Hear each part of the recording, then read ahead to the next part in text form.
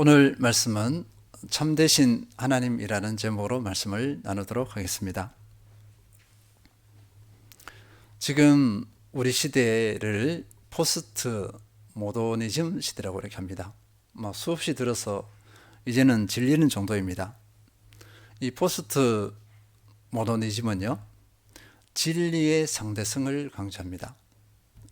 절대 진리를 부정하는 그런 시대입니다. 이 절대 진리를 부정하니까 가장 타격을 입는 부분이 뭐냐니까요, 종교 부분이에요. 종교의 권위가 많은 도전을 받습니다. 또 한편으로 지금 과학 만능의 시대이긴 하지만 과학의 그 법칙도 도전을 받습니다. 우리가 과학을 나눌 그런 자리는 아니잖아요. 그럴 때 우리 종교적인 부분에 보면 이 종교적 상대주의 또 종교다원주의가 이렇게 만연합니다. 이 종교다원주의는 절대성을 부정하기 때문에 이것저것 다 인정해 버립니다. 다 존중해 줘야 된다고 해요. 그러면 이 절대적인 부분도 희석이 되어지죠. 그러니까 믿음의 사람들의 그 신앙이 이렇게 뿌리째 이렇게 흔들리는 경우가 많습니다. 그래서 많은 신앙인들이 그 영향을 받아서 신앙을 떠나거나 여기도 기웃거리고 저기도 기웃거리는 그런 현상이 많습니다. 절대적으로 생각했던 것들이 막 허물어지게 되죠. 그러면 이런 시대의 이 풍조를 어떻게 해석해야 되는가? 그리고 이 풍조가 우리 그리스도인들에게 어떻게 영향력을 미치고 있는가 우리가 꼭 살펴볼 필요가 있습니다. 이 시대의 풍조에 대한 해석, 이런 사상, 이런 풍조, 이런 조류에 대한 해석에 도움되는 것이 오늘 본문의 말씀입니다. 특별히 오늘 본문 10장 10절입니다. 함께 읽겠습니다. 오직 여호와는 참 하나님이시요 살아계신 하나님이시요 영원한 왕이시라. 그 진노하심에 땅이 진동하며 그 분노하심을 이방이 능히 당하지 못하느니라. 지금 예레미야가 하나님을 고백한 것입니다. 실제로 예레미야가 고백한 것이 아니고 하나님께서 이스라엘 백성들에게 알리라고 전하라고 한 것을 하나님께서 말씀하신 것을 전하는 거죠. 전하는데 하나님께서 어떤 분이시냐 이거예요. 그 시대에도 뭐가 있었을까요? 이런 종교다원주의적인 요소가 있었습니다. 포스트 모더니즘적인 그런 사고가 있었다는 거죠. 우리 시대에 불쑥 나타난 현상이 아니라는 것입니다. 역사의 흐름에서 늘 있어 왔어요. 늘 있어 왔고 우리가 그것에 이름을 붙여서 포스트 모더니즘이라는 이름을 붙여서 그 상황 특징을 이렇게 정의했습니다. 그래서 이것을 우리가 명확하게 인식하는 것이죠. 근데 과거에 늘 있었습니다. 이럴 때 오늘 말씀에서는 이 하나님을 알면, 하나님을 제대로 알면은 그 시대의 풍조, 시대 사상을 어떻게 해석해야 되는지, 어떻게 대처해야 되는지 답을 얻을 수 있다는 것입니다. 그래서 성경에 처음부터 끝까지 곳곳에서 뭘 보여주냐면 하나님은 어떤 분이신가 이거예요. 하나님을 모르면 시대를 읽을 수가 없고 대처할 수도 없다 이렇게 되어줍니다. 반대로 하나님을 제대로 알면 시대를 제대로 읽을 수 있어요. 그 시대 상황을 어떻게 대처해야 되는지도 알 수 있다 이렇게 볼 수 있습니다. 다시 한번 읽어보겠습니다. 오직 여호와는 참 하나님이시요 살아계신 하나님이시요 영원한 왕이시라. 그 진노하심에 땅이 진노하며 그 분노하심을 이방이 능히 당하지 못하느니라. 중요한 하나님의 어떠하심에 대한 규정이 있습니다. 뭐냐면 참 하나님, 영어로는 true라고 해요. true, 같 이렇게 되어 있거든요. 그 다음에 살아계신 하나님 이렇게 있는데 이 구절을 이렇게 보니까요, 이 참 하나님을 전제로 해서 나머지를 이렇게 덧입혀지어서 해석하면 참 이 구절이 제대로 된 해석이 되지 않을까 싶습니다. 이 참 하나님 할 때 중요한 단어가 뭐죠?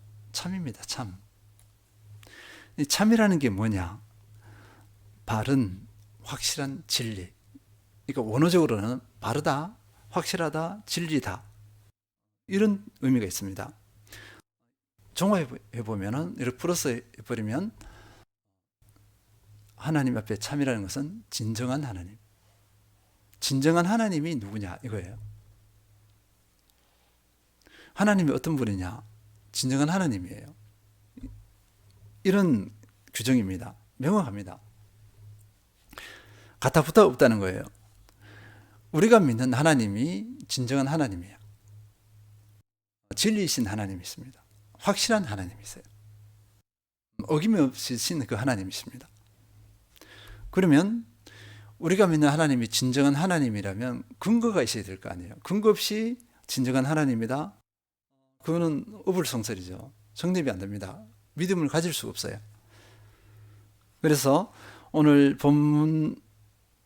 본문은 아니지만 그 뒤에 구절이 있습니다. 예레미야 10장 12절 보면요. 여호와께서 그의 권능으로 땅을 지으셨고 그의 지혜로 세계를 씌우셨고 그의 명철로 하늘을 펴셨으며 하나님이 되려면 진정한 하나님이 되려면 가장 첫 번째가 뭘까요? 창조주예요. 창조주. 천지 만물을 창조하셔야 참신이 되어집니다. 진정한 신이 되어집니다. 그러니까 진정한 하나님이 되어질 수 있습니다. 천지 만물을 창조 안 했어요. 그렇다면 무슨 말을 하죠? 우리가 주변에서 듣는 수많은 신들 보세요. 믿음의 대상들이 창조주가 아니고 피조물입니다. 사람이에요. 또는 사람이 만들어낸 것입니다. 여호와께서 그의 권능으로 땅을 지으셨고 그의 지혜로 세계를 세우셨고 그의 명철로 하늘을 펴셨다. 창조주 하나님. 명확히 하나님께서 선포하시고 믿음의 사람을 통해서 선포되게 하십니다. 우리는 어떻게 하면 되는 거죠? 이것을 믿음으로 받아들이면 됩니다. 오늘 본문에서 1절부터 쭉 나오는 게요. 이 10절 있기까지 내용이 뭐냐면 하나님이 아는 다른 것, 다른 신들, 사람들이 만들어낸 것, 그것이 뭐냐는 거예요. 그래서 2절부터 한번 읽어보도록 하겠습니다.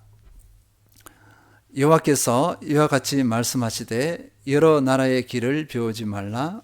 이방 사람들은 하늘의 징조를 두려워하거니와 너희는 그것을 두려워하지 말라. 사람들은요, 하나님께서 지으신 그 피조물, 우주 만물, 해달, 별, 이 모든 전체 하나님께서 지으셨잖아요. 그것을 이렇게 관찰하면서 길흉화복을, 그러니까 해달, 별을 통해서 길흉화복을 점을 쳐요. 그리고 사람들은 그것을 두려워합니다. 하나님께서 뭐라 그랬죠? 그렇게 하지 말라는 거예요. 전체를 주신 것은 뭘 볼 수 있냐면요. 길흉화복이 아니라 뭘 확인할 수 있는 거죠? 계절, 시간을 확인할 수 있는 거예요. 별이 움직이는 것을 통해서 방향을 인지할 수 있고 시간, 때, 계절 이런 것을 우리가 인지할 수 있습니다. 그런 관점으로 전체를 바라봐야지 길흉화복의 관점으로 전체를 바라보면 된다 안 된다? 안 된다는 거예요. 길흉화복은 누구에게 있죠? 하나님께 있죠. 하나님의 영역이에요. 근데 하나님께서 지으신 해달 별들에 왜 길흉화복을 걸고 그것을 두려워하고 또 교만하고 이렇게 하느냐 이거죠. 하나님께서 그렇게 하지 말라는 겁니다. 그 다음에 3절 읽겠습니다. 여러 나라의 풍습은 헛된 것이니 살림에서 벤 나무요 기술공의 두 손이 도끼로 만든 것이라. 이렇게 4절 읽겠습니다. 그들이 은과 금으로 그것에 꾸미고 목과 장도리로 그것을 든든히 하여 흔들리지 않게 하나니 5절요. 그것이 둥근 기둥 같아서 말도 못하며 걸어 다니지도 못하므로 사람이 메어야 하느니라. 그것이 그들에게 화를 주거나 복을 주지 못하나니 너희는 두려워하지 말라 하셨느니라. 이방 사람들의 그 풍습을 보세요. 그 믿는다는 그 신을 보시기 바랍니다. 돌, 나무 등등 사람이 조각을 하죠. 가져와서 다듬어요. 거기다가 뭘 입히죠? 은을 입히든지 노소를 입히든지 금을 입혀요. 그리고 그것을 두려워하며 그것이 절하고 거기에 또 복을 빌고 이렇게 합니다. 근데 보세요. 그 만든 신상들 있잖아요. 누가 만들었어요? 사람이 만들었어요. 스스로 못 움직여요. 걸어 다니지 않습니다. 움직이지 않습니다. 그런데 그것을 두려워한다는 거예요. 사람이 만든 것에 의해서. 왜 그것을 두려워하느냐? 왜 그것에 절을 하느냐? 하지 말라는 거예요. 그거는 참신이 아니라는 것입니다. 그래서 창조주 하나님에 대비된 피조물들, 사람이 만든 신이라 하는 것들, 그 다음에 우상이라는 하는 것들 실체를 오늘 몇 구절 안 되지만 분명히 보여줍니다. 그런데 우리가 이것을 왜 인식해야 되냐면요. 현대를 살아가잖아요. 과학이 발달했다고 하는데 많은 사람들이 혹합니다. 사람이라는 속성이 이 시대에도 불구하고 이런 우상 미신적인 것에 마음이 미혹되어지고 두려워하고 그렇게 해요. 현실입니다. 현실. 우리 그리스도인들이 하나님에 대한 바른 지식을 가지지 않고 바른 믿음을 가지지 않으면 그리스도인들도 흔들릴 수가 있어요. 미혹될 수가 있습니다. 그런 것들에 대해서 저건 아니다고 한 것에 대해서 말해놓고는 뭐냐면은 겁을 내는 거예요. 그리스도인들이 분명히 아니라고 해야 되잖아요. 해놓고는 혹시 내가 무슨 뭐 해코지 당하는 거 아니야? 이런 식으로 이렇게 두려운 마음을 가지고 있다는 것이죠. 이게 하나님에 대한 온전한 믿음이 있다 없다? 없다는 것입니다.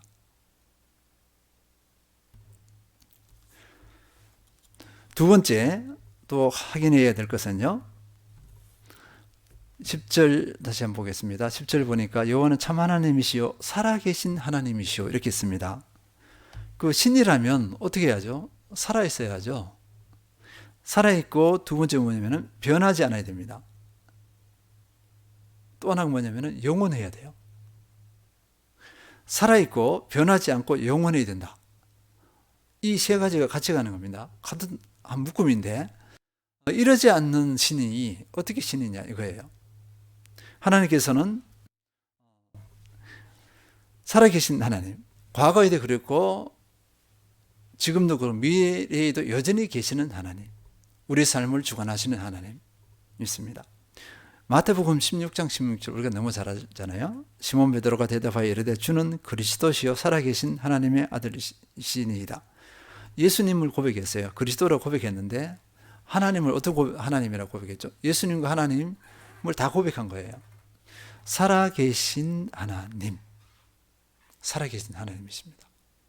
죽은 하나님이 아니에요. 존재하지 않으신 하나님이 아니에요. 살아서 우리와 함께 하시는 하나님이에요. 그냥 살아있는 것이 그치지 않고 살아서 나와 함께 내 안에 들어와서 내 삶과 같이 하시는 하나님. 우리가 믿는 하나님은 이런 하나님이십니다. 근데 어디 다른 것에 왜 좌우되냐 이거죠. 왜 흔들리냐는 것입니다. 히브리서 13장 8절 예수 그리스도는 어제나 오늘이나 영원토록 동일하시니라. 과거, 현재, 오늘 똑같아요. 변함없으십니다. 이것이 하나님이세요. 그 다음에 이 하나님께서는 어떤 분이시냐면요. 천지 만물 창조하시고 살아계신 하나님이신데 10절에 보니까 또 뭐라 그랬냐면요. 영원한 왕이시라 이렇게 하셨어요. 왕이라는 것은 통치자입니다. 역대상 29장 11절 여호와여 위대하심과 권능과 영광과 승리와 위엄이 다 주께 속하여 사오니 천지에 있는 것이 다 주의 것이로소이다. 여호와여 주권도 주께 속하여 사오니 주는 높으사 만물의 머리이심이니이다. 하나님의 절대 주권, 통치권을 인정하는 다윗의 고백입니다. 당연히 나의 고백이 되어야 하기도 합니다. 늘상 이렇게 고백해 보시기 바랍니다. 고백의 중요성 우리가 인식을 해야 될 것 같아요. 내 입으로 마음으로 고백을 하게 되어지면 믿음으로 형성되어집니다. 그리고 우리가 고백한 그 하나님을 삶에서 체험을 하게 돼요. 고백되어진 하나님, 고백되어지지 않으면 체험하기가 쉽지 않습니다. 하나님은 이런 분이십니다. 그런데요, 우리의 하나님, 우리의 참 하나님, 진정한 하나님은 여기 그치지 않아요. 하나님의 그 거룩한 속성이 한 덩어리잖아요. 하는데 중요한 게 뭐냐면 하나님이 나를 위해서 어떻게 했죠? 목숨을 내주셨어요. 다른 신은 그러지 않습니다. 군림하죠. 무서운 하나님, 신이에요. 다른 신들은 그런 신입니다. 사람들을 바치고 뭐 재물을 막 이렇게 하는 거죠. 그런데 우리가 믿는 신 하나님은요, 나를 위해 자신의 목숨을 내주셨어요. 로마서 8장 32절, 자기 아들을 아끼지 아니하시고 우리 모든 사람을 위하여 내어주신 이가 어찌 그 아들과 함께 모든 것을 우리에게 주시지 아니하겠느냐. 우리에게 아들도 내주셨죠. 자기 목숨을 내주셨죠. 우리에게 필요한 모든 걸 다 주시는 분. 이것이 뭐냐면 우리가 믿는 하나님이세요. 이렇게 우리로 종합해 보면요, 하나님은 이 한 단어가 맞을 거예요. 완전하신 하나님, 이렇게 볼 수 있겠습니다. 우리가 믿는 하나님은 이런 하나님이십니다. 우리가 또 알고 있잖아요. 이 하나님에 대한 고백, 우리가 믿고 고백해야 되는데 예수님께서 어떻게 했냐면요, 예수님께서 요한복음 17장 3절, 영생은 곧 유일하신 참 하나님과 그가 보내신 자 예수 그리스도를 아는 것이니이다. 예수님도 유일하신 참 하나님, 한 분, 단 한 분 하나님, 유일하신 하나님. 그런데 거기다 뭐라고 했죠? 살아계신 하나님, 이렇게 고백했어요. 그러니까 우리가 믿는 하나님은 완전하신 하나님이십니다. 흠이 없으신 하나님이세요. 마음껏 믿어도 되고 마음껏 신뢰해도 됩니다. 반대로 이런 요소를 가지지 않았다면 그것은 거짓신이에요. 우상에 불과합니다. 이제 우리가 확인할 것은요, 우리가 이런 하나님을 믿는다, 이런 하나님을 믿는다면요, 내 삶에 어떻게 영향을 미쳐야 될까? 그러면 살아계신 하나님, 살아계신 하나님이에요. 참되신 하나님이잖아요. 진정한 하나님이에요. 그분을 내가 믿는다는데 내 삶에 영향을 미치고 있나, 이거예요. 이 진정한 하나님을 믿고 있는데 내 삶에 전혀 영향이 없어. 내 삶에 영향을 미치지 않아. 그러면 이거보다 안타까움이 없죠. 믿는다고 사람들이 가장 불행한 사람이죠. 그래서 우리가 확인해야 될 것은요, 어떻게 삶에 미쳐야 될까 보니까 첫 번째는요, 하나님에 대한 바른 지식입니다. 그리고 온전한 믿음이에요. 신앙이라는 것은, 이 신앙이라는 단어 자체가 뭐죠? 바른 지식이 위해 세워진 것을 의미해요. 자, 바른 지식이 위해 세워지지 않은 것을 뭐냐면요, 신앙이라 안 그래요. 맹신 이렇게 합니다. 거짓된 것을 막 믿어버려요. 그걸 맹신 이렇게 하는 거죠. 근데 우리는 신앙인이잖아요. 바른 지식이 위해 믿음이 덧입혀지는가. 그것이 축복된 믿음입니다. 근데 이 바른 지식을 어디에 근거를 둘까요? 바른 지식을 말씀에 근거를 두는 거죠. 하나님의 이 말씀에 근거를 둔 바른 지식, 그리고 바른 믿음, 제대로 된 믿음, 그 사람의 신앙을 온전히 세웁니다. 건강한 신앙이 되게 합니다. 그러면 그 사람은 이 진정한 하나님을 마음껏 누릴 수 있어요. 이것이 되지 않으면 진정한 하나님을 누리지 못합니다. 에베소서 2장 2절, 그때 너희는 그 가운데 행하여 이 세상 풍조를 따르고 공중에 권세 잡은 자를 따랐으니 곧 지금 불순종의 아들들 가운데서 역사하는 영이라. 우리가 믿기 전에 세상 풍조를 따랐습니다. 근데 우리가 믿은 후에 어떻게 되죠? 우리가 믿음을 가지고 있고 우리가 예배를 드리지만 이 세상에는 여전히 세상 풍조가 있습니다. 포스트 모더니즘이 있어요. 과거에도 그랬습니다. 오죽 했으면 하나님께서요, 경고하고 계속 경고하는 거예요. 이스라엘 백성들이 가나안 땅에 들어갈 때 거기 들어가서 어떻게 해야 되느냐. 그전에도 계속합니다. 계속하는데 뭐냐면, 내 하나님 여호와께서, 신명기 12장 29, 32절입니다. 그래서 단을 읽지 않고요.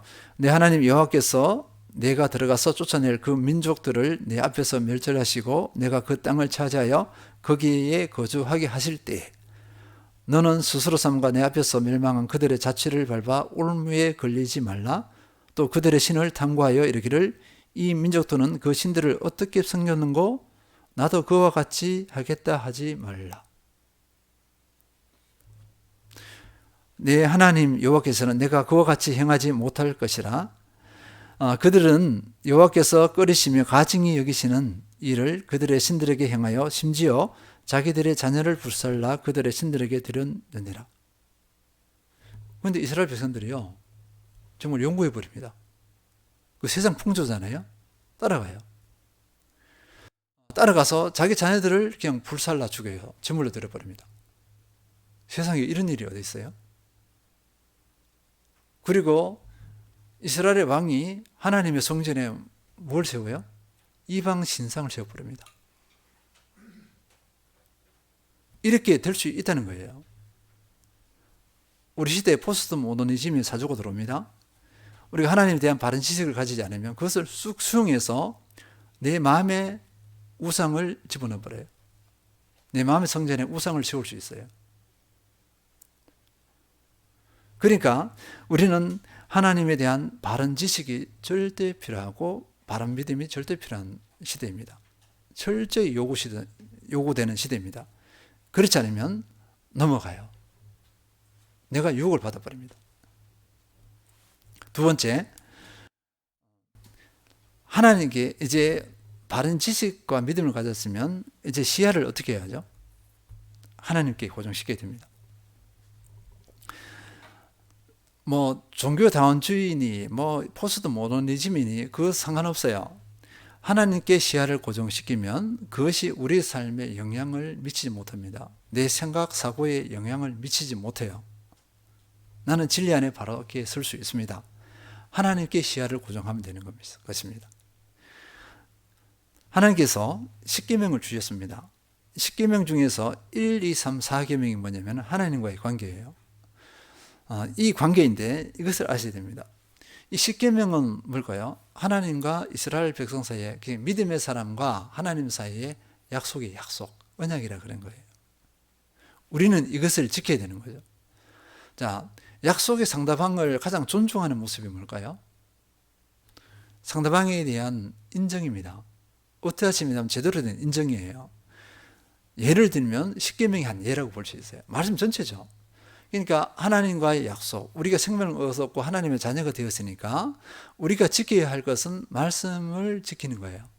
말씀을 따라 사는 것이 그 약속 언약을 지키는 것입니다. 그것을 지키지 않는다는 것은 뭐죠? 약속 언약을 깨뜨려 버리는 거예요. 하나님께서 진정한 하나님이시라면, 참 하나님이시라면 우리는 하나님의 이 약속을 지켜야 돼요. 지켜야 되는 겁니다. 그래야 하나님의 자녀로서 우리의 특권을 마음껏 누릴 수가 있어요. 하나님께서 오죽하셨으면요, 계속 말씀하시는데 그 우상 부분이 있습니다. 우상 부분이 있는데 우리가 출애굽기를 지금 잘 알고 있어요. 뭐냐면 모세가 하나님께 말씀을 받으러 시내산에 올라갔습니다. 40일 밤낮 먹지 않고 곳이 있었어요. 그러니까 내려오지 않으니까 사람들이 어떻게 했죠? 금귀걸이 같은 거 보석들 다 가져와. 그래갖고 녹여갖고 아론이 주도했어요. 아론이 기가 막히게도 녹여갖고 금송아지를 만들어 봤습니다. 금송아지를 만들어서 이것이 너희를 이집트에서 이끌어낸 하나님이다 이렇게 한 거예요. 그것을 경배하고 사람들이 먹고 춤을 추고 난리가 난 거죠. 우상 숭배예요. 하나님께서 분노하셔서 이스라엘을 멸해버리려고 했어요.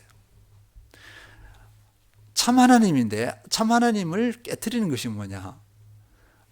이 하나님을 외에 다른 것을 섬기는 것입니다. 우상 섬김이에요. 하나님과의 약속을 우리가 깨트려 버리는 것입니다. 그러니까 우리가 시야를 어떻게 해요? 하나님께 고정시켜서 하나님은 바라봐야 돼요. 우상이 우리 내면에 들어오게 하면 안 됩니다. 이것이 뭐냐면 우리 삶에 영향을 미쳐서 나를 진정한 하나님의 자녀가 되게 합니다.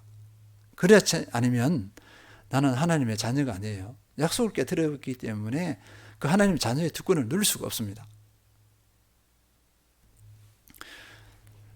그래서 우리 시야를 하나님께 고정하면서 참 하나님을 믿는 하나님의 자녀, 하나님과 바른 관계를 형성하는 우리 모든 성도님 되시길 축원드립니다. 마지막이에요. 셋째는 뭐냐면 이제 하나님께 바로 시야를 고정했으니까 하나님께 어떻게 내가 소망을 하나님께 두는 거죠.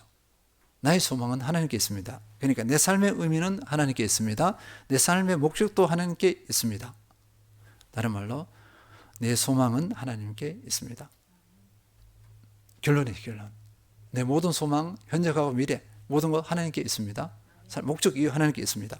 디모데전서 4장 10절에서 11절 이를 위하여 우리가 수고하고 힘쓰는 것은 우리 소망을 살아계신 하나님께 두미니 곧 모든 사람 특히 믿는 자들의 구주시라. 너는 이것들을 명하고 가르치라. 디모데에게 이것을 가르치라고 했습니다. 다시 한번요 확인해 보시기 바랍니다. 이 시대의 풍조 가운데서 나는 하나님을 제대로 알고 있나? 나는 하나님을 참 하나님으로 믿고 있는 건가? 참 하나님을 온전히 믿고 고백하는데 그 근거를 분명히 알고 제대로 알고 참 하나님으로 고백하고 믿고 따르고 있는 건가? 살펴볼 필요가 있습니다.